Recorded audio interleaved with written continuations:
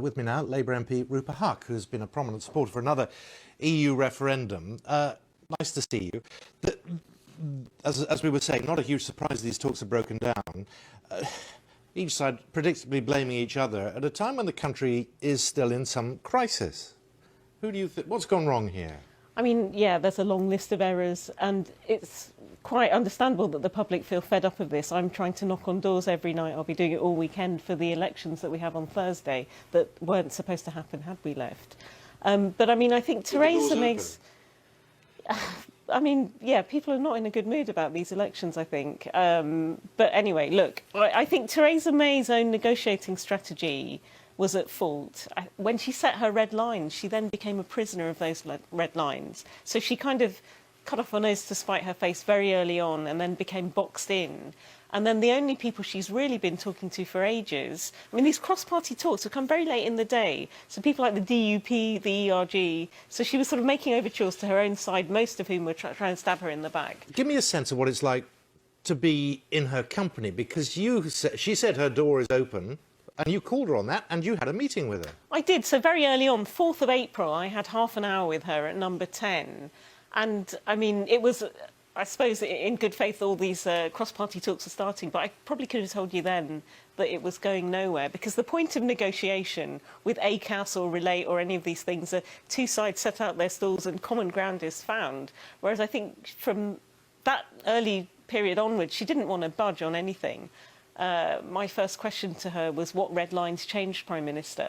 And she kind of raised her eyes to heaven and plonked her head on the table in mock frustration, which was kind of an amusing side of her I've not seen. But, I mean, as the conversation went on, she wasn't entertaining the idea of a customs union. She was trying to impress upon me that dead horse of a deal. She was still trying to flog that to me, that she's bringing back a 4th time now.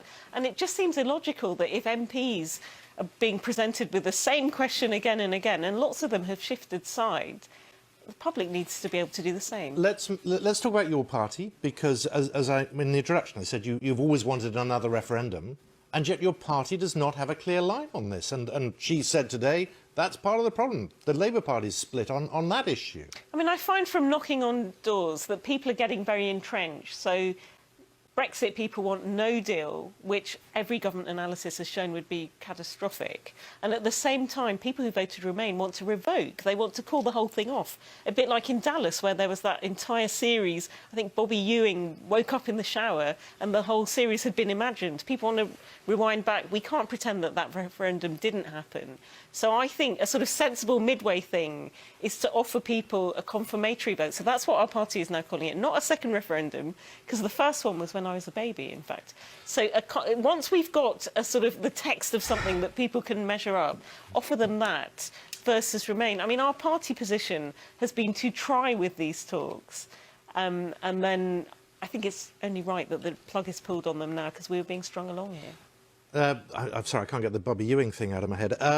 But in terms of the future, Theresa May's days are numbered.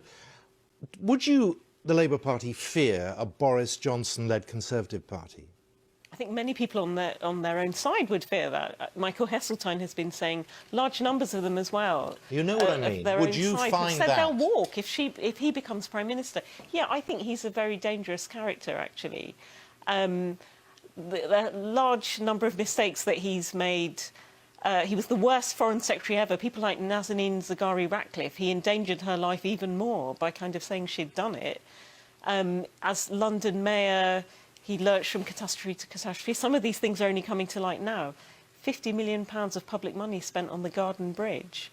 So, I mean, and also he's someone that seems to sort of wilt in the wind according to which way the party is going. So he's turned into a hard Brexiteer. We know that he wrote an essay, a Telegraph column, one for and one against. I just want to talk more generally, because people looking at you now are going to say, look, at the end of October, we are leaving the EU at the moment without a deal. That is now looking more and more likely if Theresa May doesn't get her deal through. Does that mean there's a chance she could still do this at the 4th attempt? I think it's very unlikely. I'm certainly not voting for it, and at least 120 other MPs I could name are not going to vote for anything unless it has a confirmatory vote attached to it. In a way, that's not that's kind of the solution. It's not a thing on its own that whatever the deal is, because 2016 is a jolly long time ago now. As every day passes, that mandate gets older and older. So I think once we have a measurable proposition, so I can't see, you need 300 MPs to get anything through. So as I say, 120 of us at least. People are saying it may be as much as 150. And lots of people, like Boris Johnson and Jacob Rees-Mogg actually, who were hard Brexiteers, in between they came back and voted for her deal on its last iteration. I've heard a lot of those people are going to vote against it this time, so the numbers will be worse than the last time. It's a high-risk strategy. It's good to talk to you. We'll all try and remember Dallas again. Yeah, sorry, you'll have to Google it if you're a younger viewer. Rupa Haq, thank you very much. Thank you.